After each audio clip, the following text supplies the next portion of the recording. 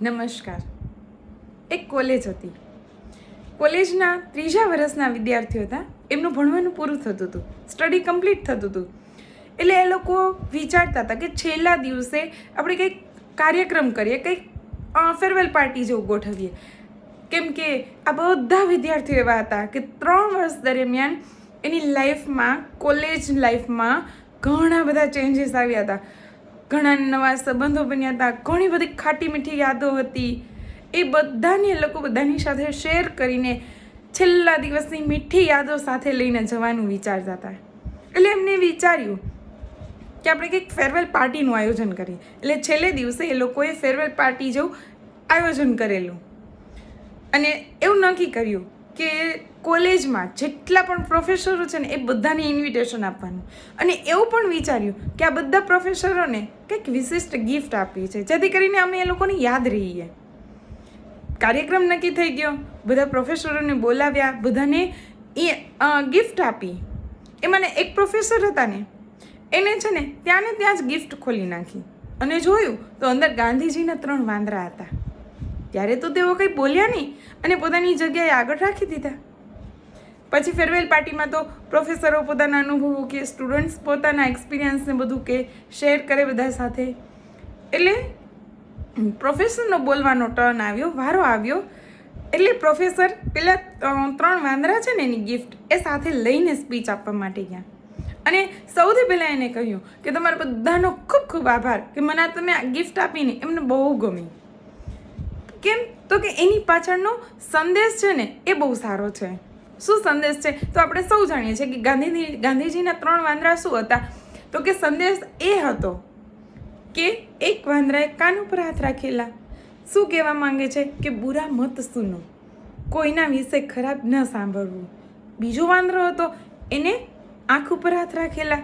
એ શું કહે છે કે બુરા મત દેખો, કોઈનું ખરાબ થતું હોય ને એ નહીં જોવાનું અને કોઈનું ખરાબ થાય ને એવી નજર પણ નહીં રાખવાની.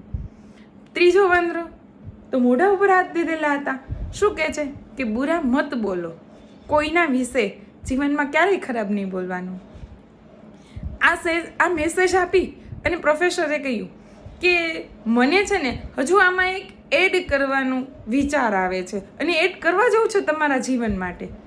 એટલે બધા વિદ્યાર્થીઓ તો વિચારવા માંડ્યા. કેમ તો કે આ એ પ્રોફેસર હતા કે જેને આ કોલેજની 3 વર્ષની લાઈફ દરમિયાન વિદ્યાર્થીઓને માત્ર પુસ્તકનું જ્ઞાન નહોતું આપ્યું, પણ જીવનમાં ઉપયોગી મૂલ્યલક્ષી શિક્ષણના ઘણા બધા પાઠ શીખવ્યા હતા.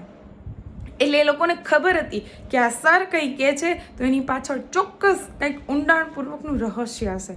એટલે બધા વિદ્યાર્થીઓ વિચારવા માંડ્યા. કોઈને કંઈ સૂઝ્યું નહીં એટલે એને વિદ્યાર્થીઓએ જ પૂછી લીધું કે સર કોને તમે કે શું એડ કરવા જેવું છે એમ. એટલે પ્રોફેસરે કીધું કે 4થું વાંદરું છે ને એ આમ લોક મારેલું એડ કરી દો. તો બધા વિદ્યાર્થીઓ વિચારવા માંડ્યા કે લોક મારેલું કેમ? એટલે પ્રોફેસરે કહ્યું કે લોક મારેલું વાંદરું શું કહે? બુરા મત સોચો. એટલે બધા વિદ્યાર્થીઓ તો કહે છે કે એવું આમ વિચારે છે તો કે ખરી વાત છે. આ 3 વાંદરા છે ને એનાથી ઉપર વિચાર છે આપણા. બોલવું, જોવું, સાંભળવું એનાથી ઉપર આપણા વિચારો છે. જો વિચારો શુદ્ધ નહીં હોય ને તો આ 3 વાંદરા હશે ને જીવનમાં, એટલે કે કોઈના વિશે ખરાબ બોલવું નહીં, સાંભળવું નહીં, જોવું નહીં એ હશે ને, તો પણ જો આપણા વિચારો શુદ્ધ નહીં હોય ને તો આપણું જીવન ક્યારેય શુદ્ધ નહીં બને અને આપણાથી આપણા પોતાના વ્યક્તિ ક્યારેય ખુશ નહીં થાય. બધા વિદ્યાર્થીઓને પ્રોફેસરની વાત બહુ સાચી લાગી અને ખરેખર આપણા વિચારો છે ને આપણા ભવિષ્યના નિર્માતા છે. આપણે જેવું વિચારીએ ને એવું જ આપણું જીવન બને છે.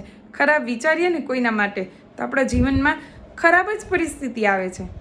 માટે હંમેશા આપણું મન શુદ્ધ અને પવિત્ર રાખીએ, જેથી આપણું જીવન પણ શુદ્ધ અને પવિત્ર બને.